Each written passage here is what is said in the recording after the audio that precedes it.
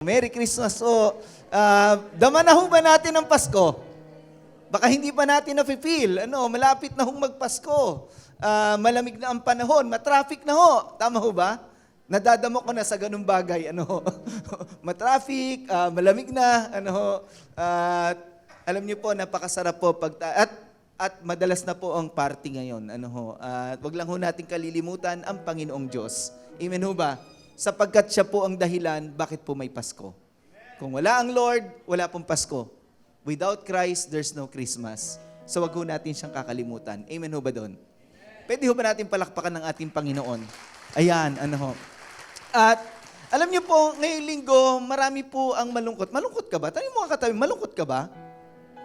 Baka naman malungkot ho kayo, magpapasko, hindi merry ang Christmas niyo. Baka malungkot ho kayo kasi ngayong linggo po, tayo po'y nagulantang, nagulantang po tayo sa pag-iwalay po ng Katniel. Talagang yan po'y nasa news, parang walang ang dami pong naapektuhan yan. Ang dami pong naapektuhan, natatawa tayo kasi talagang, sumabog yung balita na yan, naghiwalay na po sila, At napakarami pong apektado, baka isa ka sa kanila na nagngangangalngal dahil naghiwalay na sila. Nag-iiyak, At dami pong apektado, pati po yung bayani natin naapektuhan. Si Andres Bonifacio, naapektuhan din. Sabi, sapaw na sapaw talaga birthday ko.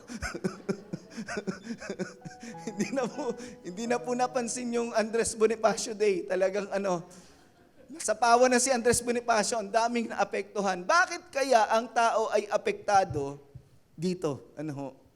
Dalawa ko nakikita ko. Una, ang tao po, pag may popular, gusto nila, indit sila. Hindi naman sila Katniel fan, pero nakikifan. Kasi yun ang in. Tama ho ba? Kung makakomment sa Facebook, akala mo fan siya. Makaiyak-iyak dun. Pero kasi gusto niya, in din siya. Alam niyo po ang tao, kung saan popular, dun nila gusto. Di ako nagtataka, pag ang simbahan popular, dun din gusto ng tao. People are into what's in. They want to be in. Kung anong pinag-uusapan, dapat sali ako dyan, kahit hindi naman ako talaga fan yan. Pero meron talaga, they are really into it. They are really into it. They are really a fan of this couple. For me, I'm not a fan. Sasabihin ko po sa inyo, siguro kilala dito sa church kung sinong, favorite ko. Dalawa lang ang gusto ko. Gusto niyo malaman kung sino? Hindi, nakakaya eh. Pero dalawa lang pong gusto kong, lang pong gusto ko. Sino? Si Sam Milby, tsaka si James Reid. Ilang gusto ko. James Reid ako. Kaya lang, lahat talaga naghihiwalay. Alam niyo na, ganyan ang nangyayari. Huwag na tayo pumunta dyan. Nasa showbiz ho tayo. Alam niyo ho, ang relasyon nagsasuffer pag walang love. Sa isang relasyon, pag wala na ang pag-ibig, magdudusa ang relasyon na yon. Amen ho ba doon? Magdudusa ho ang relasyon na yon. Kahit tayo po, pag in a relationship tayo, tapos wala na po ang love sa relationship, ang relationship po nagiging transactional na lang. Walang personal, transactional na lang. Parang relasyon mo sa trabaho, transaction lang yun, walang personal. Di mo kailangan ibigin yun. Di ba? Yung boss mo, ba't mo iibigin? Di ba? Nothing personal. It's just transactional. Walang personalan, trabaho lang. Pag wala po ang pag-ibig, ganyan lang po yan. Walang personal. Pero sino dito may mahal sa buhay? Mahal mo sila kasi personal sila sa'yo. They are personal to you. That's why you love them. But without love, it will only be transactional. At pag wala rin pag-ibig, minsan, no choice ka lang. Nagiging obligatory. Na pag wala na po ang pag-ibig in a relationship, it becomes obligatory. Nauobliga ka lang, walang choice. Kasi siya naging kamag-anak mo, di ko naman siya pinili maging kamag-anak, nauobliga ka lang, hindi mo siya mahal.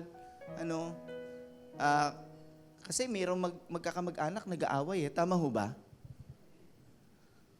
Sa trabaho, kaopisina mo, nauobliga ka, no choice. Hinire din siya, katabi mo siya sa office. Minsan ganun ang nangyayari. In the absence of love, pag nawala po yung love. Kaya napakahalaga po ng love. All of us are in a relationship. Sasabihin mo, hindi ako makarelate dyan sa Katniel, Pastor. Kasi wala naman akong jowa eh. Wala kang jowa ngayon, pero lahat tayo nasa isang relasyon. Nasa relasyon. Maaring relasyon sa Diyos. Sino dito may relasyon sa Diyos? Kaya ka nandito dahil may relasyon ka sa Diyos. Lagi nating sinasabi sa church, it's all about our relationship with God. Now, without love, that relationship would suffer. Kung wala ang pag-ibig sa relasyon na yon, magsasuffer ang relasyon na yon. May relasyon ka sa pamilya mo. Di ba may pamilya tayong lahat? Pag walang pag-ibig sa pamilya, ang pamilya magsasuffer. Tama po ba?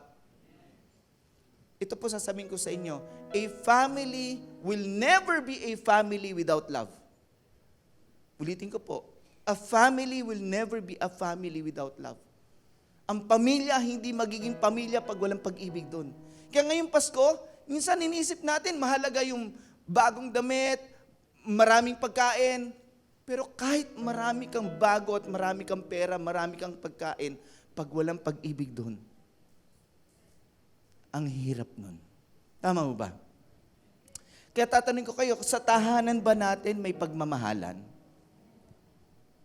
Because yung pagmamahal na yon ay higit sa pagpapalang meron kayo. Tama po ba? Ulitin ko po. Yung pagmamahal na yon ay higit sa pagpapalang meron kayo. Minsan ang focus po natin pagpapala lagi. Nasa ibabaw ang pagpapala, nasa ilalim ang pagmamahal. Wala nang pagmamahal dahil walang pagpapala sa bahay. Magulo, pinag-aawayan. Kapatid, yung pagmamahal ay higit sa pagpapala. Amen ho ba? We are all in a relationship, and the problem sometimes is that love suffers from fading. Ito po yung pag-usapan natin, when love fades. Tayo po tayong lahat, basa't po tayo ng salita ng Diyos. Revelations 2, chapter 2, verse 2 to 5, sabi po dyan, this is the Lord talking to His church. Sabi po dyan, I know what you have done. Oy, tigil muna ako doon. Sinasabi sa iyo ni Lord, alam ko ginagawa mo. Lingunin mo mga katabi mo, sabi mo, alam ni Lord ginagawa mo. Pambihira yan, no? Alam ni Lord ang ginawa mo. I know how hard you have worked and how patient you have been. Pinupuri ni Lord. Ano po? I know how hard you have worked and how patient you have been. I know that you cannot tolerate evil people and that you have tested those who say they are apostles but are not and have found out that they are liars. You have persevered and have endured hardship for my name. Lahat ng suffering tiniis mo, alang-alang sa akin. Napakasigasig mo at hindi ka napagod. Verse 4, yet I hold this against you. You have forsaken the love you had at first. Oo, ginagawa mo yan. Oo, nakakabilib ang iyong katatagan at kasigasigan sa iyong ginagawa. Alang-alang sa akin. Pero alam mo, may sasabihin ako sa iyo, kinalimutan mo na yung pag-ibig na meron ka sa akin nung una. Consider how far you have fallen, repent, and do the things you did at first. If you do not repent, I will come to you and remove your lampstand from its place. Heavenly Father, we thank you today for your word, and we thank you for your presence, and we are blessed today. We believe we are spiritually blessed. And today we are receiving your word, and you are touching our hearts and our lives, and we will never be the same. You are at work in our lives, Lord God, at naniniwala po kami. Kung meron man kaming kahilingan ngayon, alam mo yon at ikaw ang bahala doon. But Lord, today we ask that your word will be in our hearts as we listen to your word today. We ask this, Lord, in Jesus' name. Amen. Amen. Sige po, malakas na palakpak po sa ating Panginoon Diyos. At makakaupo na po tayo, mga kapatid. Alam niyo po, tanong lang ho sino dito na in love na? Yung totoo. Sige, aminan tayo. Ano? Si Brother Oscar na in love na. No? Hindi, taas po ang kamay. Ba't parang ayaw nyo? Di kayo proud na in love kayo? Nagsisisi kayo? Ano? Nung una kang na in love, ano pakiramdam mo? Ha? Nililingon mo yung asawa mo. Di ba? Ang pag-ibig laging nagsisimula po siya ng intense. Napaka-intense ng feeling. Tama po ba? Na yung feeling na yun kakaiba, parang gusto mo yun lagi ang maramdaman mo. It always starts with intensity. Pag na-inlove ang tao, may intensity sa feelings niya. No? Naiisip niya lagi, ang saya niya, may intensity sa... Nakaka-relate ba kayo? Ako lang nagsasalita. Baka naman hindi ako lang nagsasalita nito, no? Di niyo po ko nagigets. So, do you believe that? It starts with intensity. There is intensity in you. Kaya nga hindi mapigilan ng in love eh. Ang in love, sobrang talagang yung damdamin niya, hindi mo mapigilan. Ni sa sarili niya, talagang feel na feel niya yung intensity na yon. But as time goes by, this is what happens. Ano po, what happens is, our problem with love is when it fades. Is it true that love fades? Ulitin ko. Is it true that love fades in terms of intensity? Hindi naman na hindi mo na siya mahal, pero hindi na kasing mahal ng dati. At yun po yung sinasabi ni Lord, hindi sa hindi mo ako mahal, pero hindi mo na ako mahal katulad ng dati. Hindi na kasing kagaya ng dati. Because this is our problem with love. Love fades. It fades. Bakit po ba? Tingnan niyo sabi ni Lord, yet I hold this against you. You have forsaken the love you had at first. Hindi naman niya sinabing hindi mo na ako mahal, pero nung una mo akong minahal, hindi na ganun ngayon. Hindi na ganun. Nag-iba na. Totoo ba 'yon? Walang umaamin. Yeah. Salamat kay Katniel, may sermon ako ngayon. Ano? May sermon po ako ngayon. Salamat sa Katniel. O tuloy ho natin. May 3 reason bakit nag-fade ang love. So yung malaman. Una po kasi, bakit nag-fade ang love? Kasi nakabase tayo sa feelings, hindi sa commitment. Dito tayo natatrap. Dito tayo natatrap na yung feelings na yon, gusto mo lagi yun ang feelings mo. But it is the one who fades. It is not consistent. Feelings will not always be the same always. Tama ho ba?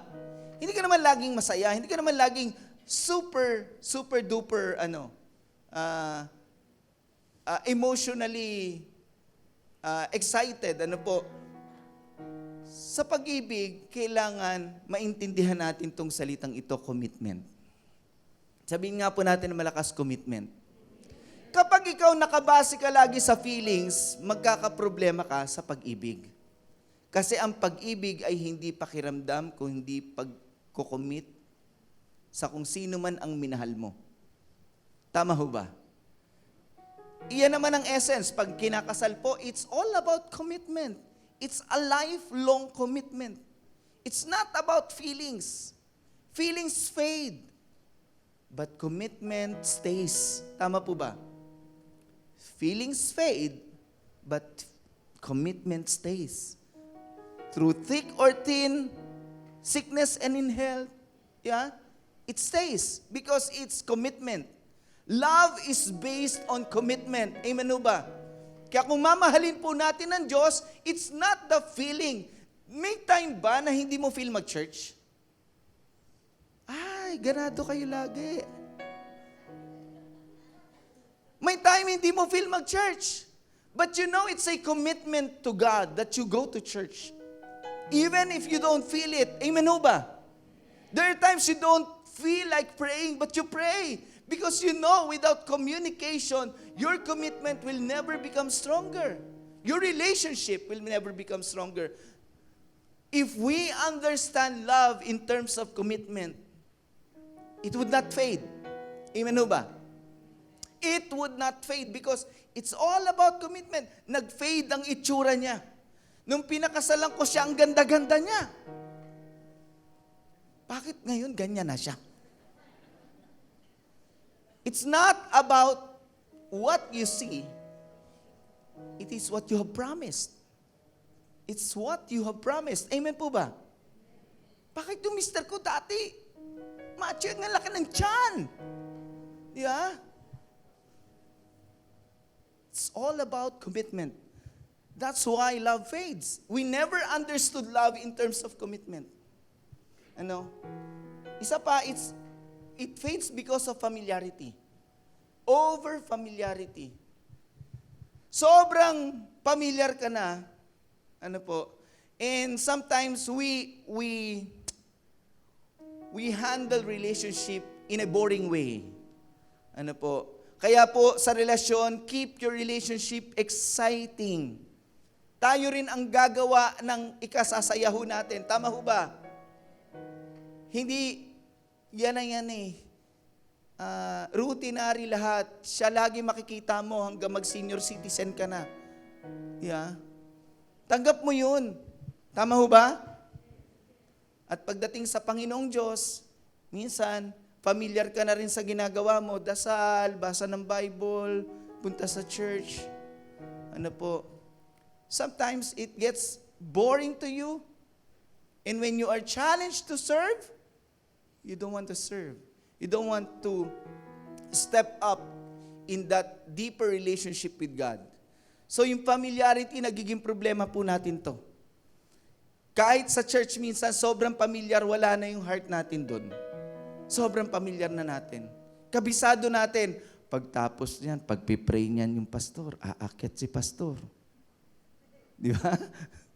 Minsan may video dyan, tapos akyat na yun. Alam mo na sequence. Ano po? But it's the heart that keeps us excited. Tama po ba? It's the attitude of our hearts. Tuloy natin, isa pa, it's because we have forgotten to care about our relationship. Marami pinabayaan natin ang relasyon natin. Relasyon sa Diyos, sa pamilya, we have forgotten to take care. Relationship takes effort, ano po, for it to grow. Kinakailangan ng effort, alagaan yan. Alagaan mo ang relasyon mo sa magulang mo, alagaan mo relasyon mo sa asawa mo, alagaan mo ang relasyon mo sa Diyos. Dahil ano man ang hindi mo alagaan, ano mangyayari? Malalanta yun. It will never grow. Ano po? It will never flourish. So ito nakikita kong mga dahilan, siguro meron pa, but we have forgotten to take care of that relationship. Ano po? Ang relasyon mo sa Diyos, makikipag-usap ka araw-araw, ayaw mo makipag-usap, busy ka. Magbabasa ka ng Bible, mas binabasa mo yung comment sa FB. Ano? We need to take care of that relationship. Tuloy ho natin. Diyan pa ho ba kayo? Ito maganda sa Diyos. God's love never fades. If our love fades, God's love never fades. Yun ang maganda. Sa relasyon po natin sa Diyos, ang pag-ibig ng Diyos hindi po kumukupas. Kung gaano ka minahal ng Diyos noon, mahal ka pa rin niya ngayon. At hindi yun kukupas, i-guarantee ko sa iyo, hindi kumukupas ang pagmamahal ni Lord sa iyo. Kahit gaano katanda ka na, gaano ka pa rin niya kamahal. Patutunayan ko sa iyo, tingnan niyo po sabi sa Bible, the steadfast love of the Lord never, hindi tumitigil. His mercies never come to an, hindi natatapos. They are new kada umaga, bago ang pagmamahal ni Lord sa iyo. Kaya hindi ito kumukupas. Ano ho? Purihin po ang Diyos. Nakalimutan mo siya, mahal ka pa rin niya. Hindi kumukupas ang pagmamahal ng Diyos sa iyo. Kahit nakaligtaan mo siya. Great, because why? Great is thy faithfulness. Sa relasyon, faithful ang Diyos. Ang tanong, tayo kaya faithful? Sa relasyon, faithful ang Diyos. Tayo kaya faithful? Hindi nagbabago ang kanyang pagmamahal sa iyo. Lagi itong bago bawat umaga. Every morning, gigisingin ka ng Diyos ng kanyang pagmamahal. Pwede mo sabihin sa sarili mo, mahal ako ng Diyos. Every day, God loves me. His love never fades. At alam niyo, ano ba ang nangyayari pag nag-fade ang pag-ibig natin? Ano ba nangyayari? Sa Diyos man yan, sa asawa, sa pamilya, saan man, ano nangyayari? Una po, pag nag-fade po ang pag-ibig, what we do becomes a duty, not a delight. It becomes a duty, not a delight. Nagiging duty, hindi delight.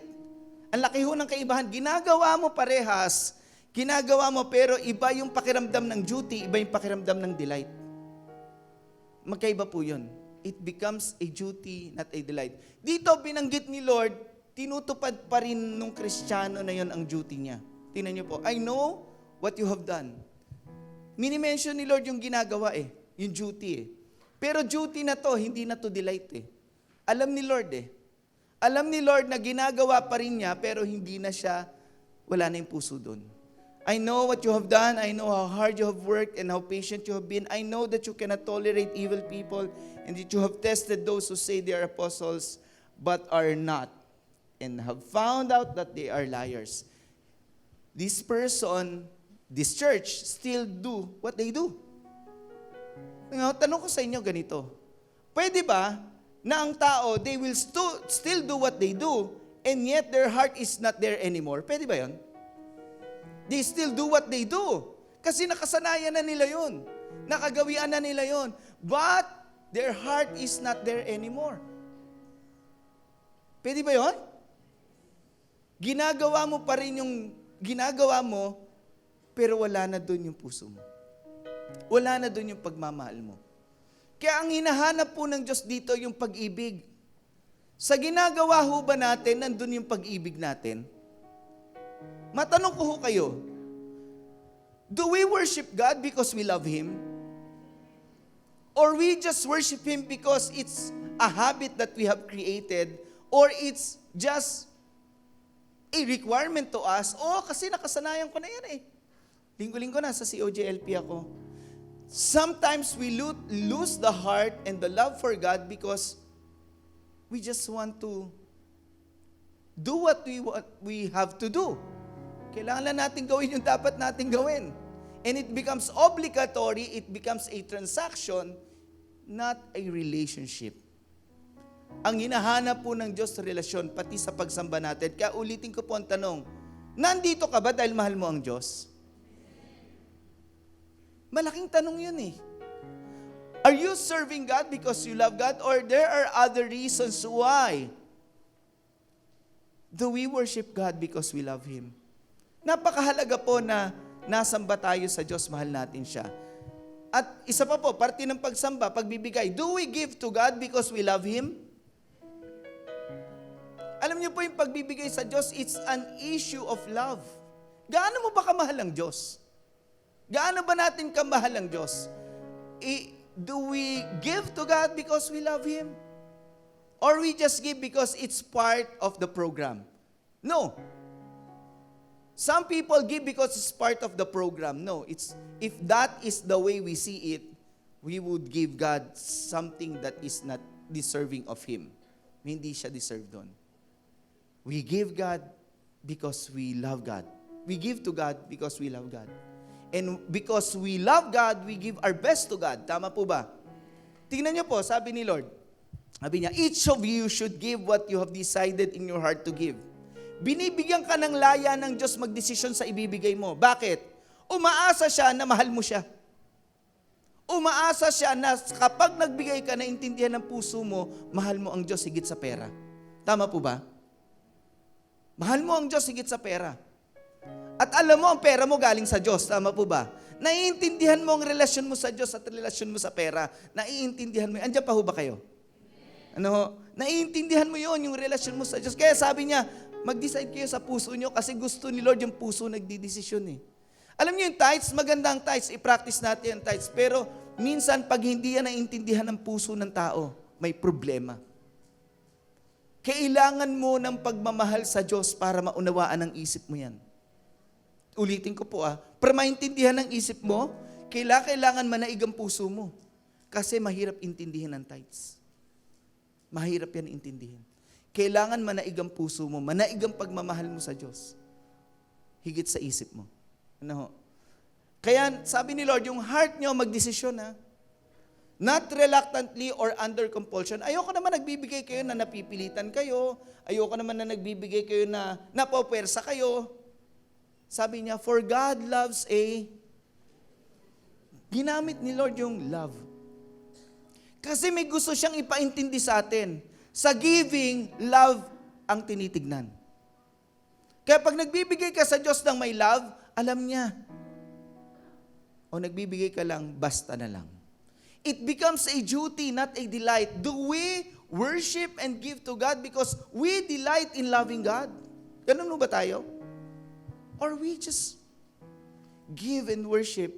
We're late, we give just a few, and that's it. Tandaan po nating lahat, ito ay tungkol sa relasyon sa Diyos. At nakikita ng Diyos ang lahat. Tama ho ba? Alam ng Diyos ang lahat. For God loves a cheerful giver. Masaya ka ba? Is it a delight in you? Wow, Lord, it's a delight in me. Because you have blessed me. I know in my heart that I would give you my best. Yeah? Duty is difficult, delight is easy. Sa nagmamahalan nga lang Di ba? Nung nanliligaw ka pa lang, mahal na mahal mo, hindi ka pa sinasagot, talagang susunduin mo kahit saan pa siya nag-oopisina. Naalala nyo pa? Naalala nyo pa? Sinusundo, pag umulan lang, ambun lang nga Naku, susunduin mo na, baka mabasa ka. Kaya ako nandito. Naku, talaga naman. Lumipas sa maraming panahon. Sunduin mo ako, bahala sa office. Yeah. Languin mo na lang pa uwi. Diba? Ang hirap ng gawin. Yeah? Pambihira. Kaya mo yan, marunong ka naman lumangoy. Diba? Pambihira.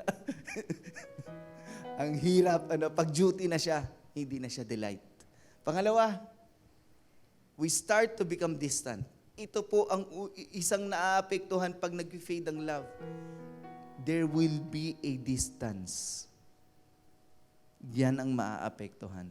Tignan niyo po sabi dyan, consider how far you have fallen. How far? Ang layo mo na. Kapatid, tatanungin kita, ano ang relasyon mo ngayon sa Diyos? Close ba kayo? O malayo ka sa Kanya? Close ba kayo? Alam niyo po, ganito po, love always moves you closer. Love always moves you closer. Halimbawa, kaaway mo, hindi ka magiging close dun. Hindi ka magiging, close ba kayo ng kaaway mo? Sige nga, close ba kayo ng kaaway mo? Hindi. Ayoko siya maalala. Hindi kayo close na kaaway mo. Pero yung mahal mo, close kayo. Tama po ba? Kaya yung pagmamahal mo sa Diyos, ang maglalapit lalo sa iyo sa Diyos. Sino dito gusto mapalapit sa Diyos? Mahalin mo ang Diyos, lalo ka mapapalapit sa Diyos. Kasi love always moves you closer. Sa pamilya, tanong ko po sa inyo, sa pamilya ba close kayo? Pamilya na ho to Ganito ba tayo? Parang yung pamilya na yan, close sila? O ayaw nyo makita ang isa't isa. Ang saklap nun, no? Kasi nawala yung pag-ibig. Nawala yung pag-ibig. Sa magkasintahan or sa they will have a distance. Isang sintomas yan. Relasyon sa Diyos, relasyon sa kapwa, nagkakadistansya. Hanggang sa nagkakahiwalay na. Ang hirap. Kaya sa relasyon, make sure that you're close. Mag-asawa, close kayo. Tama ho ba? Dapat close kayo. Dati, nag-holding hands pa kayo. Ngayon, pag nag-holding hands kayo, hiyang-hiya ka na. Ay! Di hiyang-hiya ka na. Dati, proud na proud ka. Di nga mapaghiwalay yung kamay niyo. Ay, nako. Ewan ko ba. Are you close or are you distant? Ito lang ang tanong. Kasi love ang mag-i-indicate ng closeness at distance. Love. It's love. Kaya po, ito pansinin nyo, kahit sa grupo lang, pag nawawala na po ang pag-ibig ng isa doon, merong magaganito, may magaganto. May magle-left the group. Left the group na yun. Hindi ko na kayo love. Nagle-left the group eh. Di ba? Kasi i-distance na kagad ng love always brings you closer. Love always brings you closer. Kaya sana po ngayong Pasko ganito, maging close tayo sa ating mahal sa buhay. Di ba? Hindi nagle-left the group ka. Ayoko sa inyo. Pangit kayo kabanding. Maging close tayo sa Panginoong Diyos. Kasi po ngayong Pasko, maraming kabalahan ng tao. Maraming makakalimot. Gaano kahalaga ang Diyos. Nagle-left the group. So, pangalawa po, pag nag-fade ang love, nagkakaroon ng distance. Pangatlo, we do mix what's right with wrong. Napansin niyo sa sinabi ni Lord, inuna niya, pinupuri niya siya, tama ginagawa mo, tama ginagawa mo.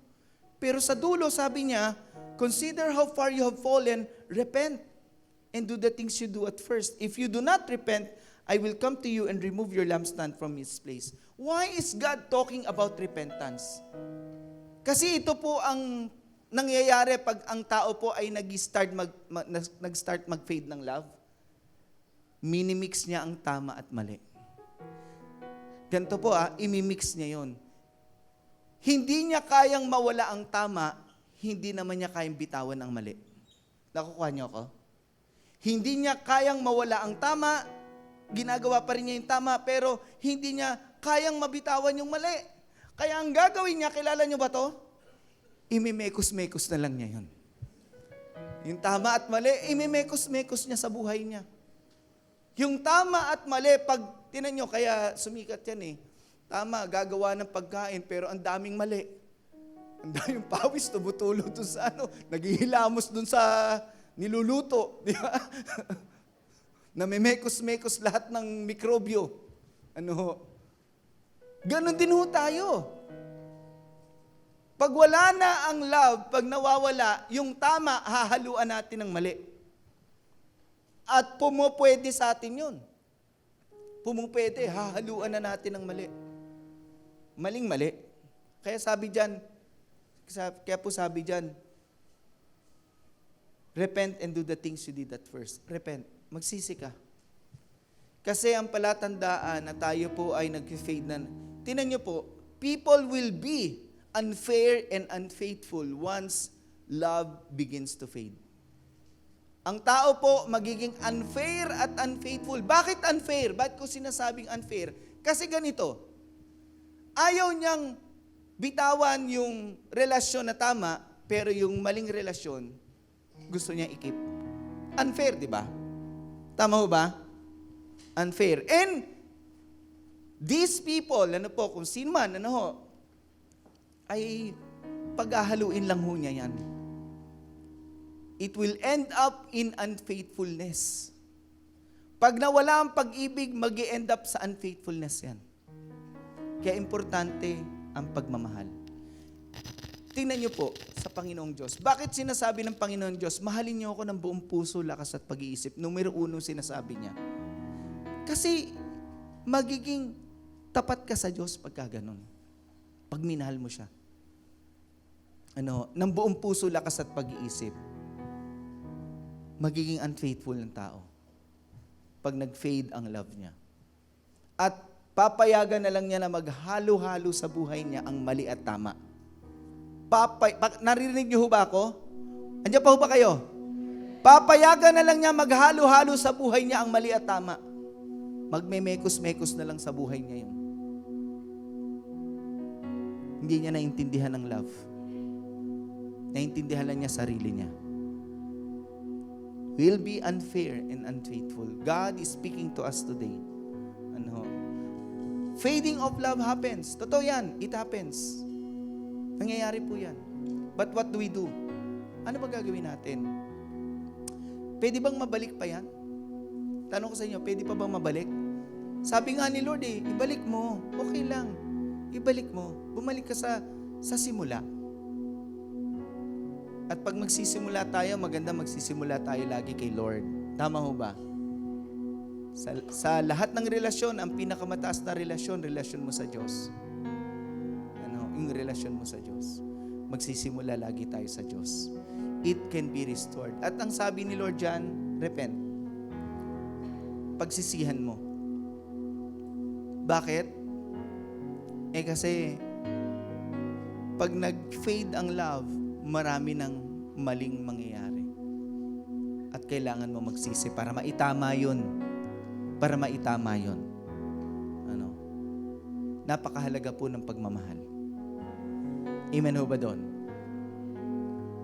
O alam niyo na ibig ko sabihin, sa pangyayari sa ating paligid. Bakit po? Tingnan niyo po, babalikan ko lang yung Katniel. Katniel is not a permanent relationship because they are never married. Tama po ba? You cry for a relationship that is not permanent. It's not yet a permanent relationship. But in your life, there are permanent relationships. And dito, pag nagkamali ka, you need repentance. There are permanent relationships. Ang unang permanent relationship mo sa Diyos. Permanente yun. Sa pamilya mo, sa asawa mo,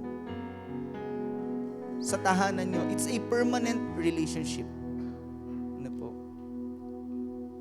Dito tayo, kailangang ayusin natin. At importante po yung pagmamahal natin ay nandoon. Amen ho ba? Sa permanenteng relasyon na meron tayo. Yung relasyon sa Diyos, relasyon sa pamilya natin, natin sa buhay. Tandaan, baka ngayong araw meron kayo sa bahay, nagkakagulo kayo. Tandaan mo, it's a permanent relationship. Bakit kailangan magkaganon? Hindi ba pwedeng umiral ang pag-ibig dyan? Hindi ba pwedeng manaig ang pag-ibig dyan? Kasi permanenteng relasyon yan. Amen ho ba doon? It's a permanent relationship. Sa inyo mag-asawa, away kayo ng away. Wag na. Kakapagod lang yan eh. Magmahalan na lang kayo because it's a permanent relationship. Amen ho ba doon? Relasyon mo sa Diyos, it's a permanent relationship. Hindi mo pa planuhing mawala ang relasyon mo sa Diyos. Kapahamakan pag nawala yon. Kapatid, ayusin natin relasyon natin sa Diyos. Amen o ba? Ayusin natin ang relasyon natin sa Diyos. Paano? Mahalin natin ang Diyos tulad ng dati. Amen o ba? Maring salita ng Diyos, naniniwala ko ay kumakausap sa ating puso ngayong umaga at naniniwala ako, nasa sa atin po ang pagtugon sa Diyos. Paano po ang pagmamahal na yon ay manunumbalik sa ating Panginoon, sa ating pamilya, sa mga permanenteng relasyon na meron tayo.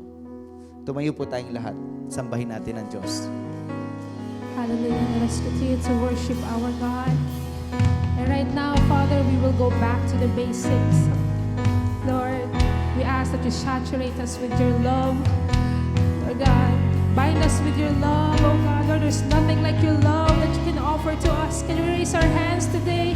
Hallelujah. Abba, Father, your love is never ending. There's no other love like yours. In your presence, my heart is overflowing. Father, I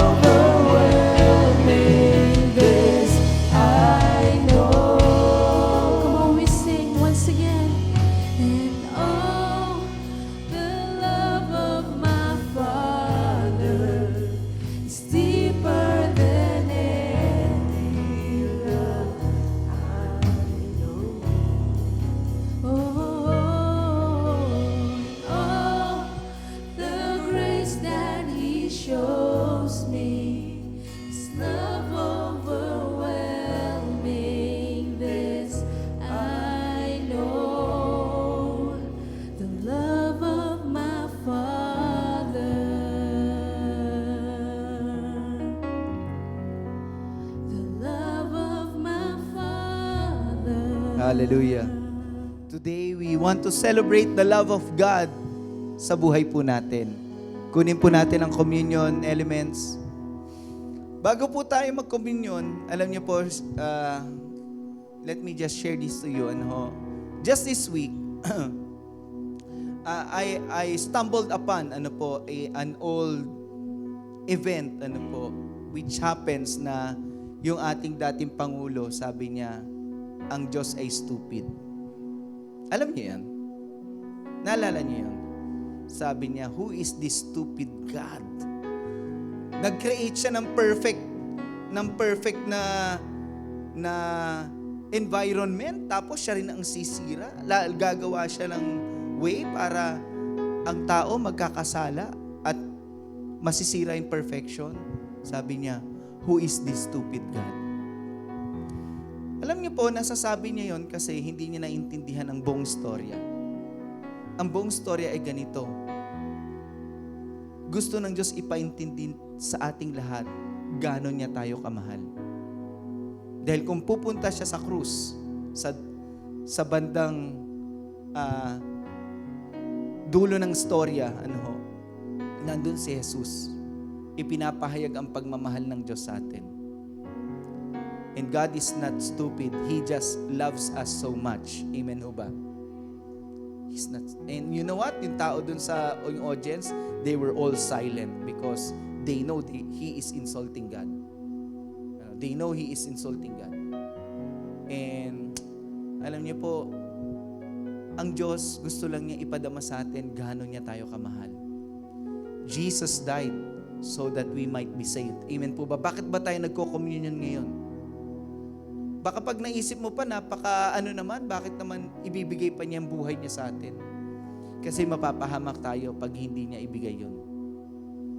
Tayo kaya natin ibigay ang buhay natin sa Diyos, sa Panginoon. Magdusa at mamatay. Ginawa niya yun dahil mahal niya tayo. Tingunin mo mga katabi mo, sabi mo, mahal ka ng Diyos. At dahil alam natin mahal tayo ng Diyos, ang tanong ganito, paano ba natin mamahalin siya pabalik? Because love is a relationship. Hindi naman pwedeng siya lang ang magmamahal sa atin. Meron din tayong pagmamahal dapat sa Kanya. Tama po ba? Mahalin po natin ang Diyos. Magko-communion tayo ngayon. Sana po magkaroon po tayo ng commitment na, Lord, mamahalin kita. Kung ano yung tama, gagawin ko. Lord, hindi ko paghahaluin yung mali sa tama. Yung tama lang na gusto mo, Panginoon. At Lord, ilalapit ko ang buhay ko sa iyo. Gusto ko maging close ako sa iyo. Panginoong Diyos. Gusto ko maging close ako sa iyo. At Panginoon, hindi na po magiging duty sa buhay ko ang lahat ng gagawin ko para sa iyo. Magiging kaligayahan ko to, Panginoon, dahil mahal kita. Dahil mahal kita, Lord. Amen ho ba doon? Tayo po'y manalangin. Panginoon, marami pong salamat sa inyong salita na napakinggan namin. Ayaw po naming matapos ang service na to na hindi namin tinatanggap ang salita mo ng buong puso at gagawa ng aksyon sa buhay namin. Lord, sorry Lord kung kami po ay nagkulang na mahalin ka. Sobra-sobra mo kaming minahal. Pero sobra din ang pagkukulang namin na mahalin ka. Patawarin mo kami, Panginoon. Lord, kung meron po kami nagagawang mali, kasalanan sa paningin mo, Lord, sa araw na to, nagsisisi po kami at tinatalikuran namin lahat ng ito upang ang gawin lang namin ay yung tama at hindi namin haluan ng mali ang tama. At Panginoon, sa amin pong pagkukomunyon, nawa, Panginoong Diyos, gawin namin araw-araw ang mga bagay na maglalapit lalo sa amin sa iyo. We want to be close to you so that we may know you even more. And Lord, we pray everything that we do will be a joy for us, Lord God. Lahat ng gagawin namin para sa iyo, hindi to burden, hindi to kabigatan. Bibigay namin sa iyo, hindi po ito obligasyon. Lord, lahat ng ito'y magiging delight sa puso namin dahil mahal ka namin, Panginoon. Today, we once again give unto you our lives as you had given your life to us. We honor you, Jesus. You are our Lord and Savior, Jesus Christ. Ang iyong dugo ay nabuhos sa krus, ang iyong katawan ay nasugatan, at ang iyong buhay ay inalay mo upang kami magkaroon ng kaligtasan. Sa araw na to, sinasamba ka namin, Jesus, aming Panginoon at tagapagligtas. Amen. Mga kapatid, kainin po natin ang tinapa and biskwit at inumin po natin ang juice. Sambahin po natin ang Panginoon.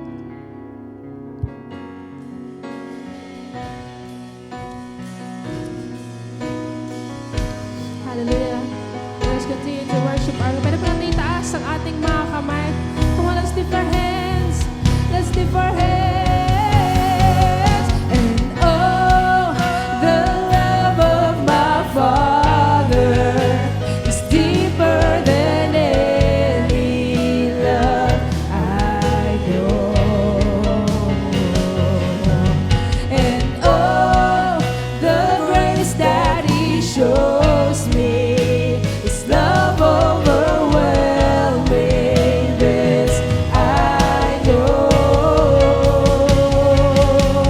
And oh, the love of my Father is deeper than any love I know.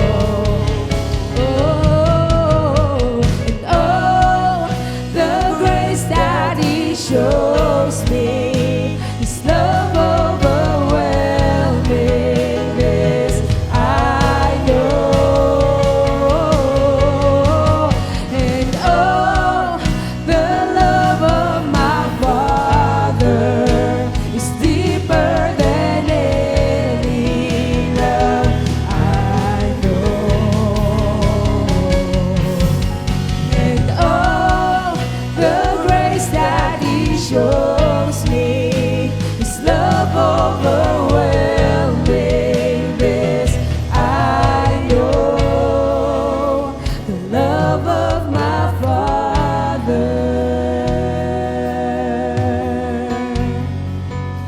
The love of my Father. The love of my Father. Hallelujah.